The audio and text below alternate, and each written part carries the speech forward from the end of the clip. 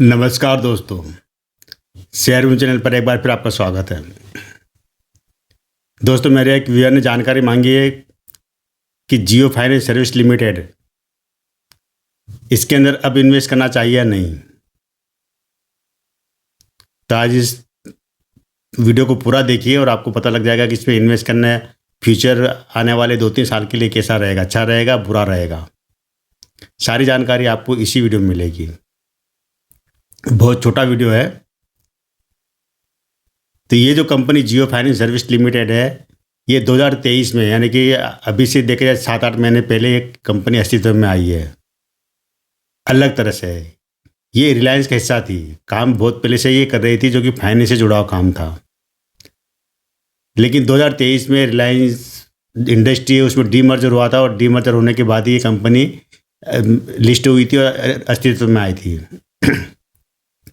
तो पूरी कहानी जानने से पहले हम इसका थोड़ा सा डेटा जान लेते हैं। तभी इस कंपनी का जो शेयर मिल रहा है 271-72 रुपये मिल रहा है और ये 275 रुपये तक भी गया है। वहाँ से थोड़ा सा 2-3 रुपये कम हुआ है। इसका रेवेन्यू की बात करें तो 134 करोड़ का रेवेन्यू आया है, जो कि अगर पिछले रेवेन्यू से देखेंगे तो करीब करीब ये 283% अपर है, ऊपर है। मतलब ये ज़्यादा टाइम नहीं हुआ कंपनी को लिस्ट हुए, करीब करीब ये समझ लीजिए कि 7-8 महीने हुए। तो कंपनी ने अभी तक डिविडेंड बोनस कुछ भी नहीं दिया है। एफआईएस की होल्डिंग भी करीब 20% इसके अंदर है और बाकी पब्लिक की होल्डिंग है। ये कंपनी का जब रिलायंस का डीमर्जर हुआ था, उस समय क्या हुआ था कि ये जो लिस्टिंग थी, इसकी प्राइस की लिस्टिंग हुई थी, ज़बरदस्त मिली थी इसको। 261 रुपये पर लिस्ट होता है शेयर। और उस समय रिलायंस का जो रेट चल रहा था 2845 रुपये के आसपास। अब आप पूरा ये समझिए कि ये कंपनी का मतलब कि भविष्य क्या रहेगा। तो जिन लोगों के पास रिलायंस का शेयर था उस समय, जब ये डीमर्जर हुआ था, उस समय जब रिलायंस का शेयर, तो उनको ये शेयर फ्री में मिला था। मतलब कि उसी प्राइस में, जो कि रिलायंस की प्राइस में से 261 रुपये कम करके ये शेयर मिल गया था उनको। एक शेयर के बदले एक शेयर मिल गया था। एक रिलायंस इंडस्ट्री का शेयर के बदले एक शेयर जियो फाइनेंस सर्विस लिमिटेड का मिल गया था। लेकिन जिनके पास रिलायंस का शेयर नहीं था, उसके लिए वो ओपन मार्केट से खरीद सकते थे, जो कि 261 रुपये में लिस्ट हुआ था उस समय। तब मैंने वीडियो बनाया था, उस समय कहा था कि अभी जल्दबाजी नहीं करना है, पहले इसकी 1-2 क्वार्टर के रिजल्ट आने दो। तो रिजल्ट आने के बाद ही मालूम पड़ेगा कि ये कंपनी आगे बढ़ती है या नहीं। तब इसके लगभग 2 क्वार्टर के रिजल्ट आ चुके हैं और दोनों क्वार्टर के रिजल्ट में इसने 15 से 20 से 30% तक का, मतलब ज़बरदस्त अच्छा रिटर्न दिया है, इसने कह सकते हैं एक तरह से। उसके बाद लेकिन ये शेयर गिरते चले गए थे और करीब करीब गिरते गिरते 209 रुपये पर आ गया था। 261 पर लिस्ट होने वाला शेयर 209 रुपये पर आ गया था और 209 रुपये से फिर बाद में वापस धीरे धीरे तेज़ी पकड़ी और अब ये 271 रुपये में मिल रहा है। यानी आप कह सकते हैं कि 6-7 महीने में ये कंपनी ने अपने लोअर से, जो ऑल टाइम लो था, उस लो से देखा जाए तो इस कंपनी ने अभी आपको 30 से 35% तक का रिटर्न दे दिया है। और अगर आप निफ्टी से तुलना करते हैं तो निफ्टी ने इसी दौरान करीब करीब 11.5% तक का रिटर्न दिया है। तो उसके मुकाबले में मान सकते हैं कि आप करीब करीब 2.5-3%, 250 से 300% ज़्यादा है। और अगर 261 रुपये जो लिस्टिंग प्राइस थी, अगर वहाँ से हम कैलकुलेट करते हैं तो 271 रुपये, मतलब कोई खास रिटर्न नज़र नहीं आएगा आपको। तो एक मतलब कह सकते हैं कि 2-3% का, 5% का आसपास का रिटर्न नज़र आएगा वो। लेकिन अब चूंकि ये कंपनी चल निकली है और आगे भी इसके मतलब भविष्य अच्छा है और रिलायंस इंडस्ट्री का जुड़ा हुआ हिस्सा है। एक बात जरूर ध्यान रखना है कि जो जियो मोबाइल वगैरह है, उससे इसका मतलब लेना देना नहीं है कंपनी का। ये एक फाइनेंस सेक्टर से जुड़ी कंपनी, जियो मोबाइल रिलायंस इंडस्ट्री का हिस्सा है। जो भी ऑप्टिकल फाइबर है, मतलब जो इनका इंटरनेट का काम है, जियो फाइबर वगैरह है, जियो मोबाइल है, ये सारा काम अभी रिलायंस इंडस्ट्री का हिस्सा है। ये केवल फाइनेंस का काम करती है, फाइनेंस काम करती है, मर्चेंट बैंक का जैसा काम करती है। अब इस कंपनी का जो रेवेन्यू कहाँ से जनरेट होता है, पहले इस पर हम बात कर लेते हैं। तो जितनी भी इस तरह के जो मर्चेंट बैंक की तरह काम करने वाली जो होती है, एनबीएफसी कंपनियाँ होती है, एक तरह से बैंक की तरह काम करती, बैंक की तरह नहीं होती लेकिन बैंक की तरह ही काम करती है। इनके काम में जो खास जो इनका इनकम आती है, क्या कि इनका कोई मतलब बड़ा मैन्युफैक्चरिंग नहीं होता है। लेकिन ये पैसा उनमें लगाती है। इनका जो इनकम का जरिया होता है, एक तो क्या होता है, ये सौदे कटवाना, मतलब बड़े बड़े सौदे होते हैं। जब कोई एक कंपनी को दूसरी कंपनी खरीदती है, अधिग्रहण करती है, तो वहाँ पर बड़े बड़े जो शेयर ट्रांसफर वगैरह के सौदे कटवाना वो होता है।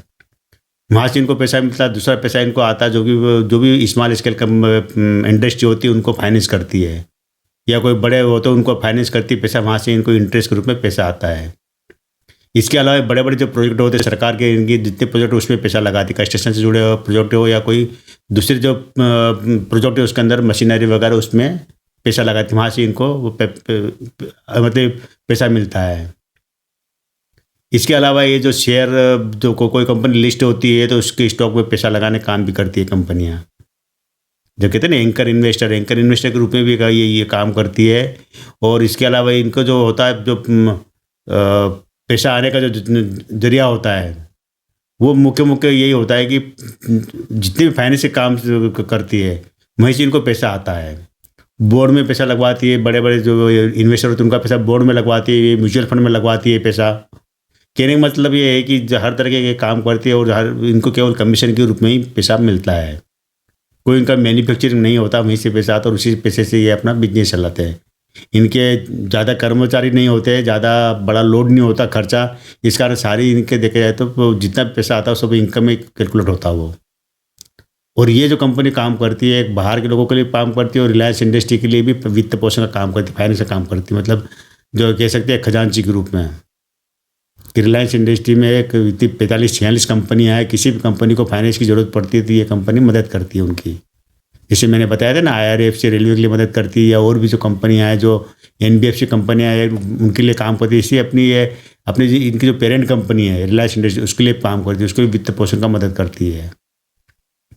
लेकिन क्या है कि ये पैसा जो देती है और लेती है तो क्या होता है कि खुद के पास इतना पैसा नहीं होता, लेकिन ये बाहर के जो बड़े बड़े इन्वेस्टर होते हैं, जो करोड़पति खरबपति होते हैं, उनसे पैसा लेकर बोरो करती है, उनसे पैसा लेती है और इनमें लगाती है, इनके काम में लगाती है पैसा। वो पैसे से क्या होता है कि जो बीच का जो इंटरेस्ट होता है, वो ब्याज होता है, वो वही इनके पास एक इनकम के रूप में आता है और अपनी इनकम का ये बहुत बड़ा हिस्सा शेयर मार्केट में लगाती है। ये होता है दोस्तों। रिस्क की फैक्टर भी इसके अंदर होते हैं। ये बता दूँ मैं कि कई हो सकता है कि इन्होंने किसी स्टॉक मार्केट में पैसा लगाया, वो पैसा डूब गया तो वहाँ से आपका नुकसान हो सकता है, या किसी बड़े प्रोजेक्ट में पैसा लगाया तो वहाँ से पैसा डूब सकता है, या किसी इंडस्ट्री को इन्होंने फाइनेंस किया और वो नहीं पे कर पाई तो वहाँ से पैसा डूब सकता है। तो रिस्क भी उतना ही होता है जितना इनकम होती है। यानी कह सकते हैं कि 100% अगर इनकम आने का चांस है तो 100% डूबने के चांस भी इसमें पूरे होते हैं। लेकिन चूँकि अच्छे ग्रुप से जुड़ी हुई, रिलायंस इंडस्ट्री से जुड़ी हुई, मैनेजमेंट टीम अच्छी है और कह सकते हैं कि एक अच्छे हाथों में कंपनी है, तो अब इसका भविष्य अच्छा है। मैंने उस समय तो ज़रूर कहा था, जब ये लिस्ट हुआ था तब मैंने कहा था कि इसमें अभी थोड़ा वेट करना चाहिए, 1-2 क्वार्टर रिजल्ट देखो तब इन्वेस्ट करो। लेकिन अब इनके रिजल्ट आ गए और दोनों क्वार्टर के रिजल्ट इनके अच्छे रहे हैं, तो इससे लगता है कि फ्यूचर इसका अच्छा है। 2-3 साल 4 साल में अगर ये 450-500 तक निकल सकता है। लेकिन ये अकेली ये कंपनी नहीं है, मार्केट में हज़ारों कंपनियां हैं इस तरह की, हज़ारों NBFC की तरह ऐसे फाइनेंस से जुड़ी कंपनियां हैं जो काम करती है। तो ज़रा लॉन्ग टाइम के लिए इन्वेस्ट करना, शॉर्ट टाइम में नहीं देगी इतना अच्छा रिटर्न, ये बता दूं मैं आपको। तो आज केवल दोस्तों इतना ही। फिर मिलते हैं एक नए वीडियो के साथ, नई जानकारी के साथ। इन्वेस्ट करने की मेरी कोई आपको फोर्स नहीं है, ये टोटल आपकी मर्जी रहेगी इन्वेस्ट करना है नहीं करना है। लेकिन ये वीडियो मैंने इसलिए बनाया है कि मेरे जो कई व्यूवर है ये कहते हैं कि आप अच्छी कंपनी को शेयर भी दीजिए, आप एक पेनी स्टॉक के बारे में तो बताते हो लेकिन अच्छी कंपनी के बारे में बताइए। तो अच्छी कंपनी में से एक ये कंपनी भी है। तो आज को इतना है दोस्तों, कल फिर मिलता है मैं एक नए वीडियो के साथ। जब तक के लिए अलविदा।